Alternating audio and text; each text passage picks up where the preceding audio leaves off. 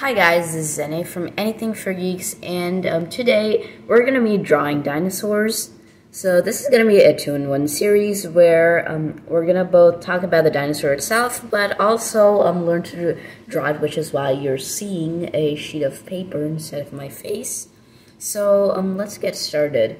For drawing tools, you can use whatever you got, but I've got this really nice set of 21 color Sharpies, and the set of brush pens, which come in really handy. So let's just jump right into it. So today we're going to be drawing a Brontosaurus. The Brontosaurus is like one of the most famous dinosaurs ever. So yeah, we're going to start by drawing the eye.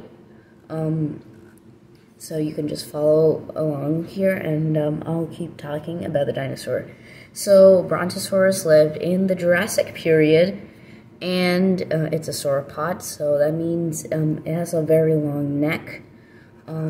It belonged to a group of dinosaurs called the Diplodocidae, and these were one of the longest animals known. Like the largest ones, such as Supersaurus, were about 130 and 120 feet long, and Brontosaurus would have weighed about 17 tons, and it would have like measured 22 meters in length, which is pretty big. So yeah, we're gonna be drawing this guy today. So just doing the actual body shape.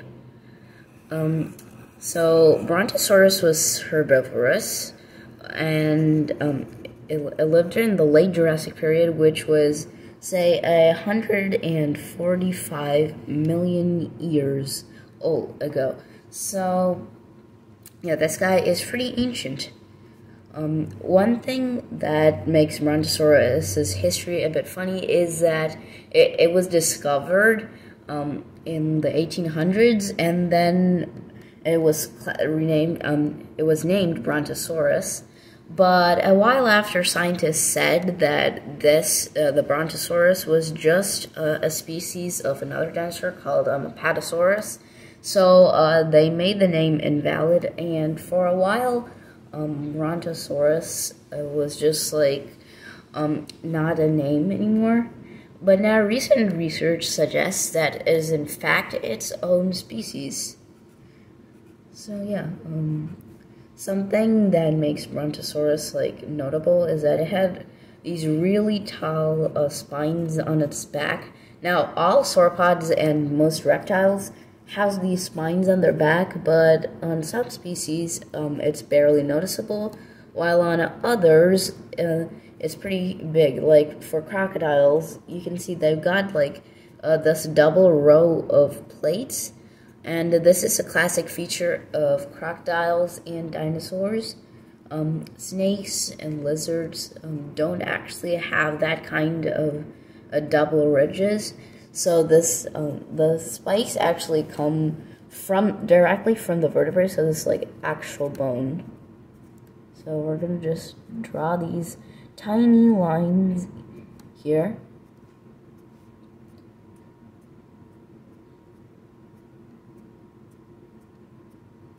So no complete skeleton of a Brontosaurus has been found. Like, we have most of the remains, but nobody has ever found its head.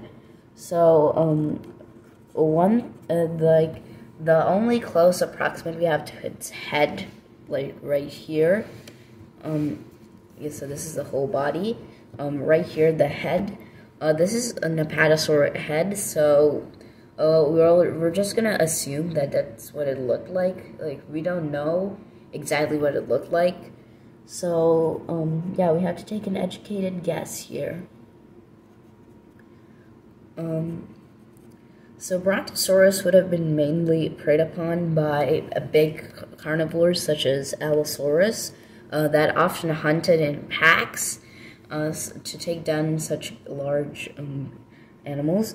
So it had a pretty good defense. All apatosaurs and diplodocids. A Brontosaurus could have probably reared up on its hind legs as a form of defense. Something else that you really want to watch out for is the long and thin tail, which acted as a whip, kind of like a Komodo dragon uses its tail today. If you go near a Komodo dragon in the wild, which I would not recommend doing, it will defend itself by first using its claws, and then its preferred move is to suddenly lash at its tail, which is exactly what Brontosaurus did. And this was not something to be overlooked. This was a bone-crushing blow, and yeah, most dinosaurs would have had to watch out for it. Like all other diplodocids, Brontosaurus had a gizzard in its stomach right here, and a gizzard is like a part of the stomach that's special, because these dinosaurs, they don't chew their food like we do. Like, they tear leaves off and then they just swallow them whole. Now, that makes digestion a very difficult process, and to help with that, yeah, the Brontosaurs, they would have swallowed stones or like small pebbles in order to like grind the food down in their stomachs, and that's where the gizzard comes in, because the gizzard is like the part where the stones are kept, and the gizzard contracts and expands, so the stones move around, kind of acting like a blender, say. So it's like the blades in a blender. So yeah, that's a good thing to know. This guy would have probably eaten a lot of food every day, so it's safe to assume that Brontosaurs would have walked around in migratory herds, looking for like a new pastures. I guess you could call them pastures. Yeah, new pastures. So yeah, this would have been nomadic. So we're gonna just finish the drawing right here.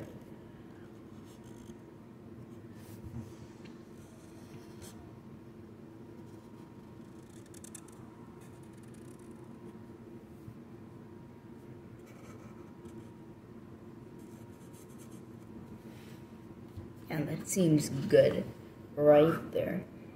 And we will just draw some additional details over here. We could add a Pterosaur, which was a flying reptile that existed during this time. And while it's often portrayed as a dinosaur, it was definitely not one. So yeah, something to keep out for. So we're gonna draw its tail right there, and its legs. Alright, there we have a Brontosaurus. Now, time to color. We're gonna use this gray marker, and I'm gonna color this Brontosaurus in nicely. These Sharpies are actually very useful. If you don't have these, I would recommend getting them, but you can still use some good markers. Those are fine. We're gonna fill this in smoothly. Oh, a bit of overlap there.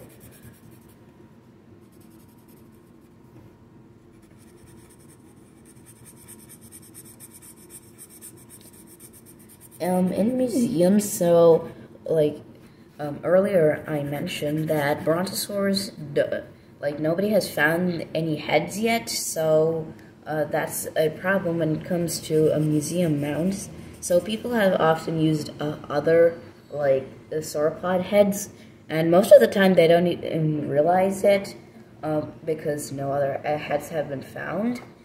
So yeah, that's a major problem in museums today, because people are trying to figure out like exactly which kind of sauropod these heads belong to. Because generally, for some reason, sauropod heads are very rare. So we're gonna add some stripes here.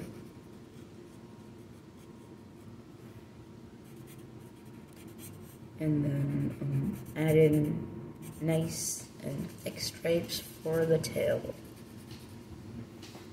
Okay. It's still unknown, like, how exactly social order worked, like if it was males, females, like everybody in one big group, or the females and the kids in a herd, and then there would be herds of just males. So yeah, we're still unsure about that, but I'm just gonna paint a female and a male. So the gray and brown one is a female. Just keep that in mind. Generally, among birds and in reptiles, females are like less brightly colored. They're often like gray or green or brown, while males are much more brightly colored. This is due because of mating rituals. So yeah, I'm gonna use this brush pen right here to color in the eyes. And this orange one to shade it in. And I'm going to do the same for our male here. A yellow for the eye. And then yellowish orange for a bit of shading. There. That looks very nice.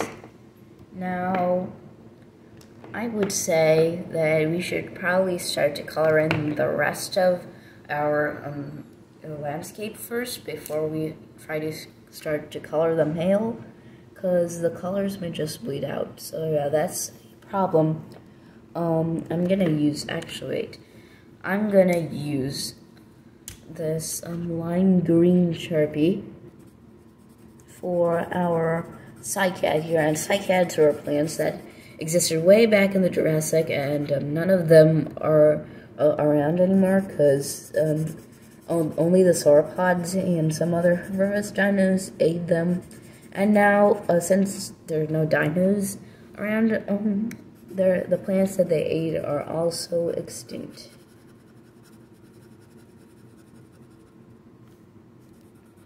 Unlike what it looks like, the cycad is not actually related to palm trees. It was actually more closely related to conifers such as pines and spruce. This is because these are not flowering plants, and palms do have flowers, while I think that pines do have flowers. So yeah, these are not as closely related to pines or palms as you might think. When you come to think about it, the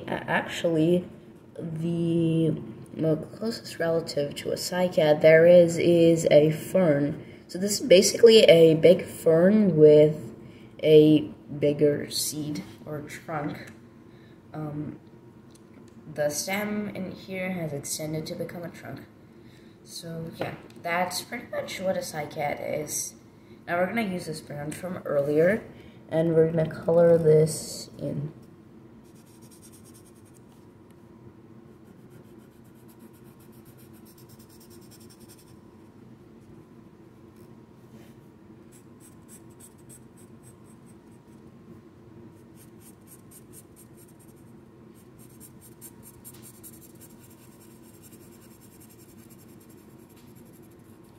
Alright, that looks good.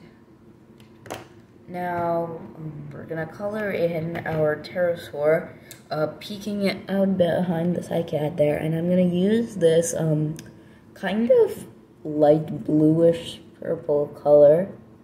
Oh yeah, it's a lavender color. And I'm gonna shade that in.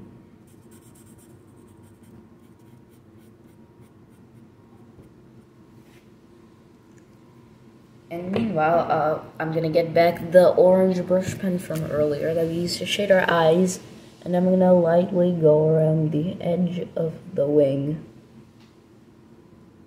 and the neck, and I'm just gonna use that on the tail as well for a little bit. Okay, time for the hard decision, which is what color do we do the Brontosaur? I'm leaning towards blue stripes, blue and red stripes. So yeah, we're gonna use this lavender color. Draw kind of like a cat-like stripe around the eye, going up the neck and then down through the whole jaw. And yeah, that looks good. Now I'm gonna trace the back.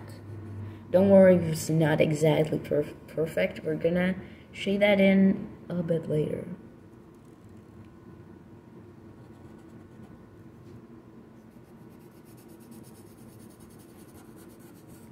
And now, whoops, fill that in while I attempt to correct my mistake. Okay, that looks good.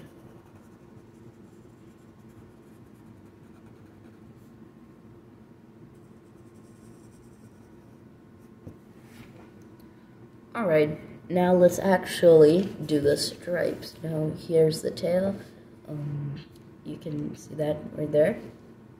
Okay, so starting from the neck, 1 stripe, 2 stripes, 3 stripes, 4 stripes, and so on and so forth until you get to the end of the neck. Now we're gonna start a new type of stripes. This time it's gonna be a bit bigger, and it's gonna get bigger and bigger as you go to the center. And now it begins to get smaller and smaller and smaller. Actually, that's a bit bigger and smaller. Now we're gonna make it bigger and bigger and bigger again, and now we're just gonna completely like line this up. So here.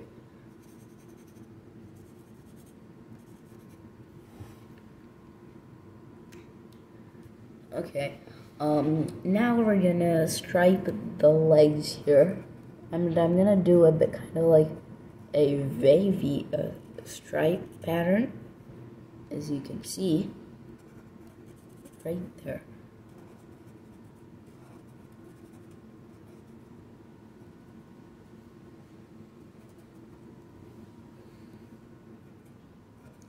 And I'm gonna copy that on the front legs and the back legs. Alright, so we have our stripes done, and now our Brontosaur looks very good. Now, what color should we use next?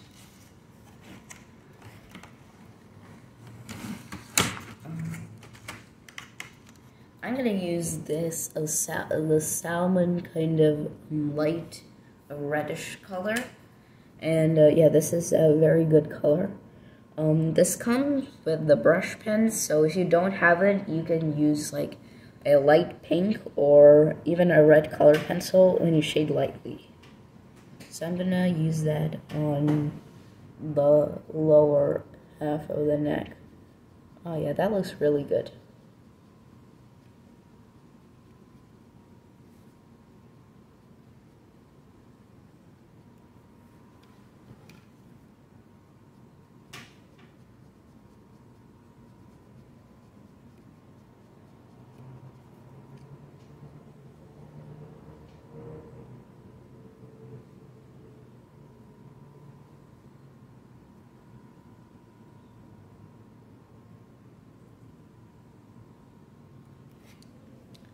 Okay, we have that done.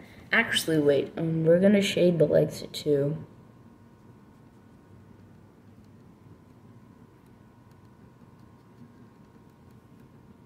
So, like that on the front, and then tapering down the foot.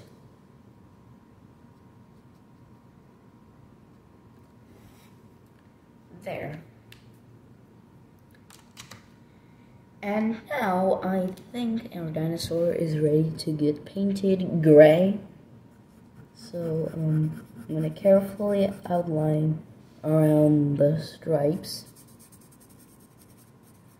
This is a nerve-wracking job because if something goes wrong, it's going to be very hard to fix that.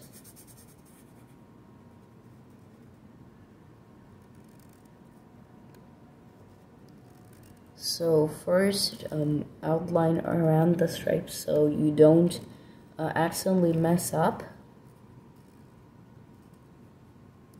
This is gonna take a while.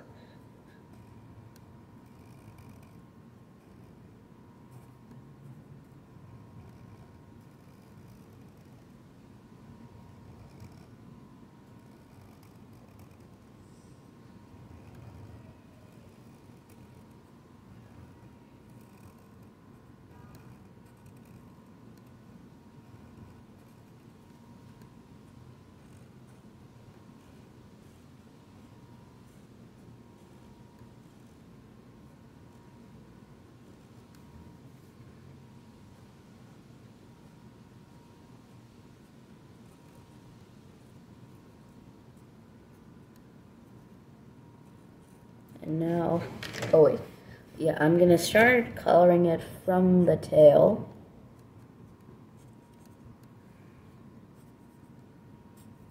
And I just realized that we did not outline the legs at all. Outlining the legs. I probably shouldn't have made these stripes wavy, but there's nothing I can do about it now.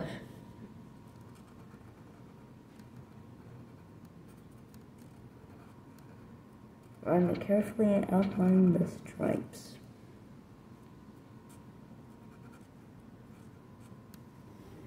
Alright. Now finally we can get on with our lives.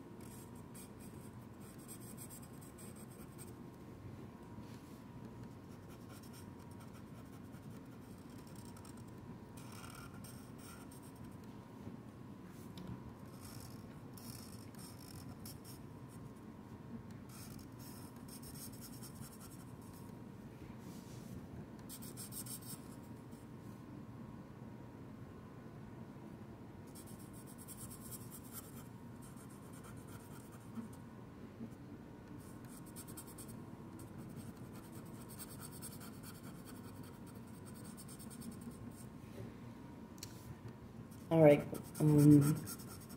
that's the legs. Now let's finally shade the neck.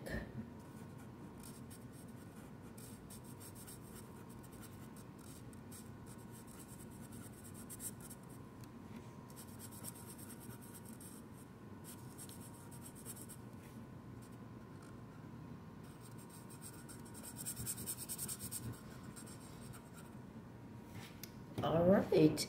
We have finished our Brontosaurus couple, I guess, because we only have two. Yeah. So right now we're not done yet because we're still gonna have to add some shading, which is of course the most important part. So I'm gonna grab this and gray brush pen and slightly go over the edges. Now this part is optional, you can skip it if you want, but it just makes your painting look good, so that's why I do it. And I recommend that you do it as well.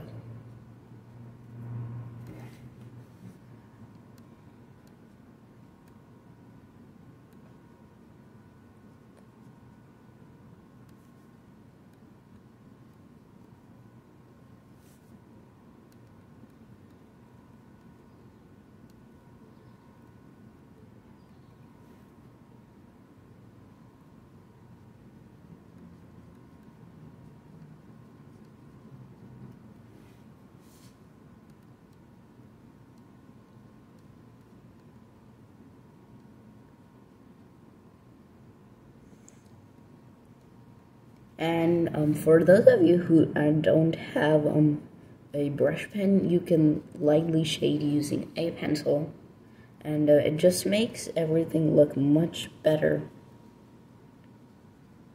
Remember to shade in your back legs. I mean, not this like back legs, but the legs on the other side, because normally there's going to be a shadow under the sauropod's body. So here I'm going to shade the belly. And right now it looks a bit weird, but after the brush dries, it's going to look better. So you can already see that it stands out a bit. Now, something else I'm going to do is make a very faint shadow under the sauropod.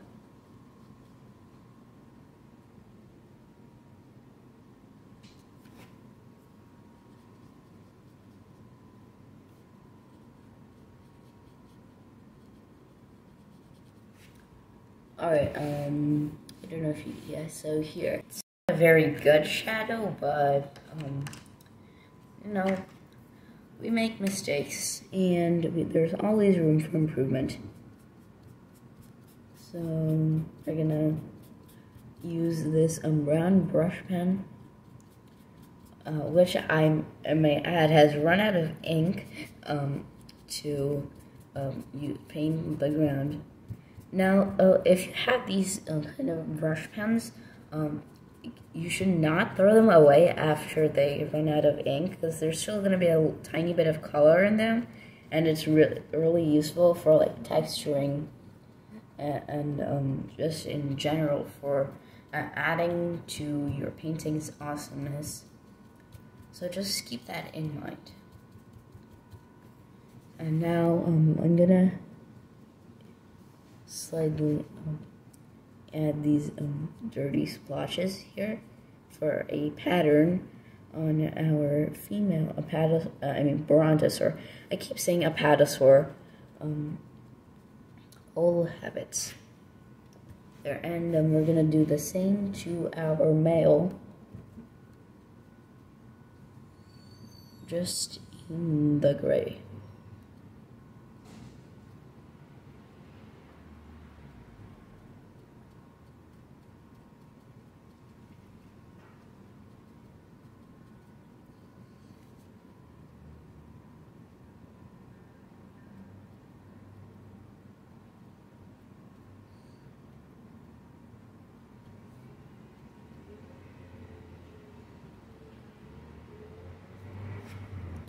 Alright, so that's it for today. I hope you enjoyed this video. Remember to like, subscribe, share, comment, all that good stuff. We'll see you in the next video with more paper, more colors, and more dinosaurs.